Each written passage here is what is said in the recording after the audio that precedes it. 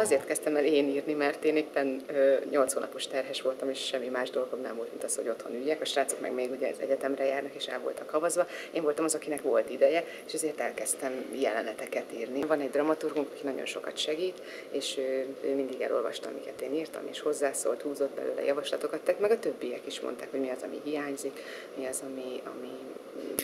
ami báb szempontjából előnyösebb lenne, vagy ami nem érthető. Tehát így tulajdonképpen a közös ízlés formálta. De szombaton sokáig hallgatott. Hányból nézhetem a tévét, aztán apu egész délután játszik velem, a nagyszobában focizunk, és aki nem ismeri le a csillát! Aztán egy fagyi délután. És szombaton anyu rántott húst készít sütőkóval. Mondanom sem kell, hogy szombaton sosincs főzelék. Hétfő reggel, ami mindig veszekszik velem, hogyha nem találom a papucsomat az ágy alatt.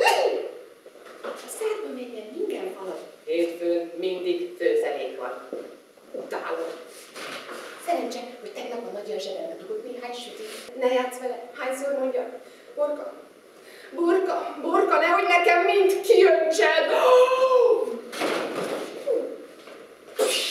Tudom, hogy nem kellett volna faragni a spenótot, mert a fal sárga, a spenót meg zöld. Egy 7 éves kislányról szól, aki meglehetősen rossz kislány, talán egy picit rosszabb, mint az átlagos gyerekek. Rengeteget beszél, és főleg a barátnőjéhez, a babájához, Dorka babához.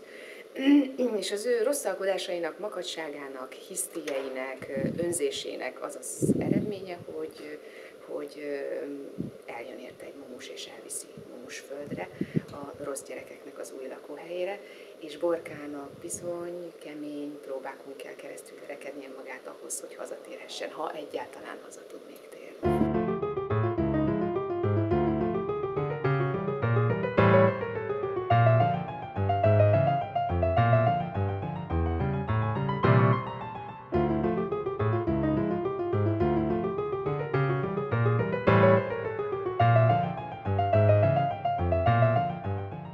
Én nem tudok bábosan gondolkodni, tehát én nem tudom, hogy mi az, ami megvalósítható, vagy mi az, ami jól mutat, mi az, ami használható bábos szempontból, úgyhogy ehhez én nem is tudok hozzászólni. Úgyhogy ezért kell őt megkérdezni. A bábok az írással együtt alakultak, tehát hogy lettek olyan bábok, amik azért lettek csak olyan mintájúak, mert a szöveg is úgy kívánta, vagy a Kata is írt bele olyan dolgokat, ami egy-egy bábra jellemző, tehát hogy a karaktereket ezt végül is együtt alakítottuk ki szerintem. Péter, mit sertepertél a sarkamban? Ne kövess! Én nem sertepertélek a sarkadban. Te állsz folyton elém, te, létra! Én nem vagyok létra! Én hajnalboróka vagyok, ő pedig itt Dorka. Baba, egy barátnő. Azt hittem, hogy ő. Hogy? Egy játékmackó vagyok? Miért nem vagy az? Nem.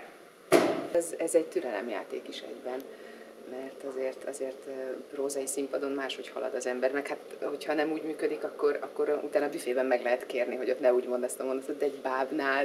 Nekünk már így be kell játszanunk magát a bábot, hogy mozog, milyen gesztusokra képes, a jelenetben mire lesz szükség. Ahhoz, hogy jól mozogjon a báb, vagy szépen mozogjon, nagyon nagy precízió szükségeltetik. Tehát tényleg nekik is nagyon oda kell figyelni, hogy úgy mozogjon, mint hogyha tényleg reálisan egy lény mozogna ott.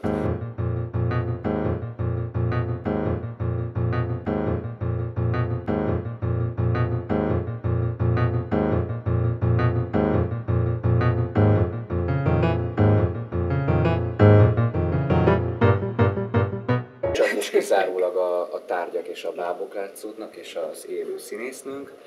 Tehát úgy fog kinézni, mint egy rajzfilm, hogyha jól haladnak a dolgok.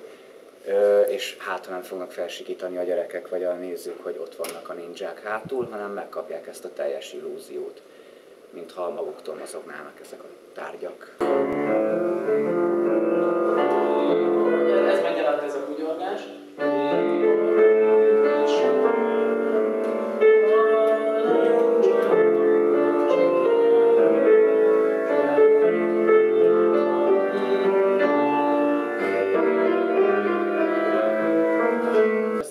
Elolvastam, akkor volt belőle egy impresszióm, egy modern kislány, stb. Tehát innentől kezdve világos, hogy még nem fog barom zenét érni, ha csak nem valami külön szerepe van ennek a dologban. mondjuk a darab furcsaságait, például a hangszerek, tehát az, hogy például milyen hangszereket használok, az például ugye hát a karaktereket is jellemzi. Tehát az, hogy akkor elkezdesz abba gondolkodni. Vagy hogy ez például gyerekdalos legyen, vagy mennyire legyen például gyerekdalos.